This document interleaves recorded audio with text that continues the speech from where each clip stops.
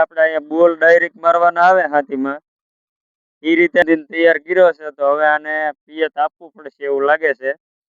આ સાપડા જે મારેલા હોય તો જય દ્વારકાધીશ મિત્રો. તો આમ તો આપણે હવે કપા લાંઠવાની શરૂઆત કરી દીધી છે.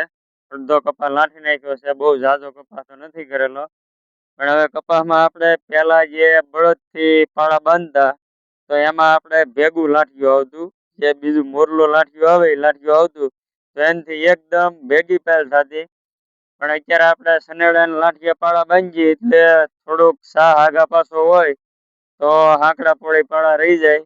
તો આને આપણે બીજી વાર લાંઠવું પડે. એક વારમાં તો અમુક જગ્યાએ ઘણી જગ્યાએ હાંકડા પોળી સા હોય તો ન ભેગા થયા હોય, અહીંયા આપણે રહી જાય એમાં ભેગું તો બીજી વાર લાંટશું.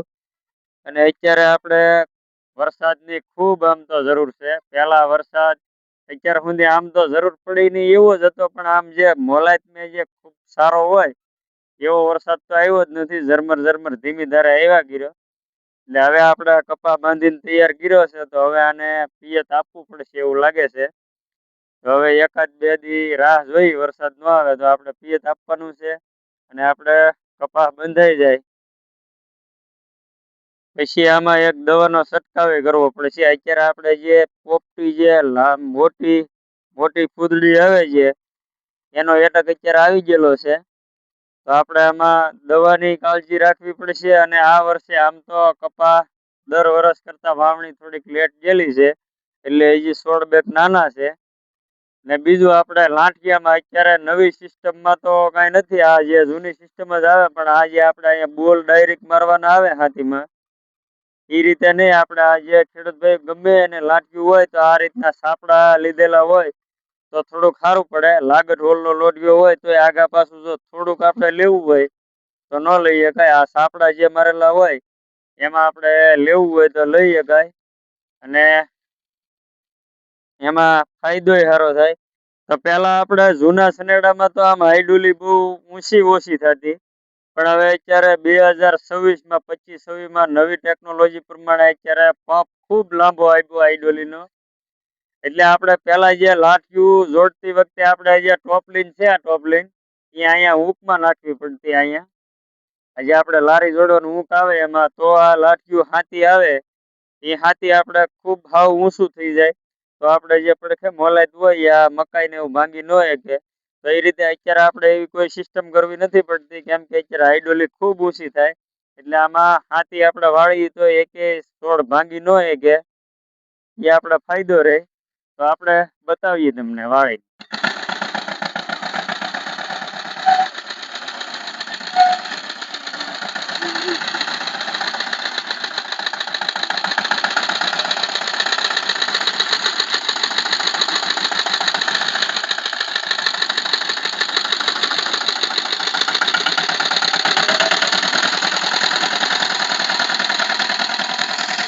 આપણે આમાં કપા બાંધવાનું ચાલુ છે. અમુક છોડવા નાના હોય તો એમાં આપણે વાહ એકાદ જણાને રહેવું પડે, કેમ કે પાળો મારી ત્યારે દટાઈ જાય તો આને કાઢવો પડે.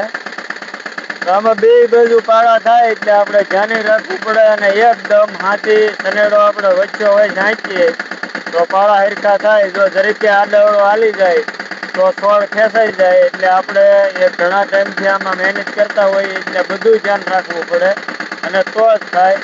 અને ખેતીમાં ભાઈ બને ત્યાં સુધી મહેનત ખૂબ સારી કરવી પડે. મહેનત જો આપણે સારી કરીએ તો જ ખેતીમાં કઈક આપણને નફો વધે ને સફળતા વધે. બાકી જો ખેતીમાં જરીકે આપણે દવામાં ગમે એમાં ફેર પડી ગયો હોય પિયતમાં તો આપણું આખું વરસ બગડે. તો જો આપણે નફામાં કઈ ન પાડીએ અને ખેતી સારી થવી જોઈએ એ જ કાળજી આપણે રાખવી પડે. ખુશાલભાઈ આજે મહેમાન આવેલા છે, તો આપણે મહેમાન ને હારે કપા બાંધવા લાંઠવાનું ચાલુ છે. તો એ આપણે હારે હારે જ છે, તો આપણે એને બતાવો. પણ હંમેશા ધીમે ધીમે ગમે એ કામમાં કોઈ પણ કામ હોય એમાં ધીમે ધીમે આગળ વધી શકાય. તાત્કાલિક તો કઈ આવવાનું નથી. તો અમારો વિડીયો સારો લાગ્યો હોય તો લાઈક, શેર અને સબસ્ક્રાઈબ કરવાનું ભૂલતા નહીં. અને અમારા ખેતી વિશે જ વિડીયો આવશે. તો આપણે ખેડૂતનું જે કઈ નવીન હોય તો નવીન ગમે છે આપણે બતાવશું. પણ હમણાં નવીન કાંઈ છે નહીં ટેકનોલોજીમાં, નવીન આવે તો આપણે એ બતાવશું.